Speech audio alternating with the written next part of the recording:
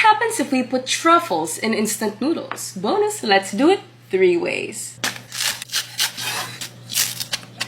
Bacon, instant carbonara, remove the excess water, add the seasoning and truffle salsa from your rich food, top with bacon and parsley. Oh my gosh. Truffle carbonara in 10 minutes. I can't believe this is instant noodles. This is so good. You should try this. That is full of flavor. Breadcrumbs,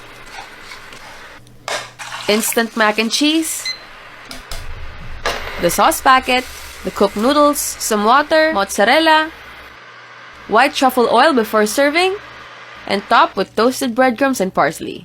Truffle mac and cheese in 5 minutes.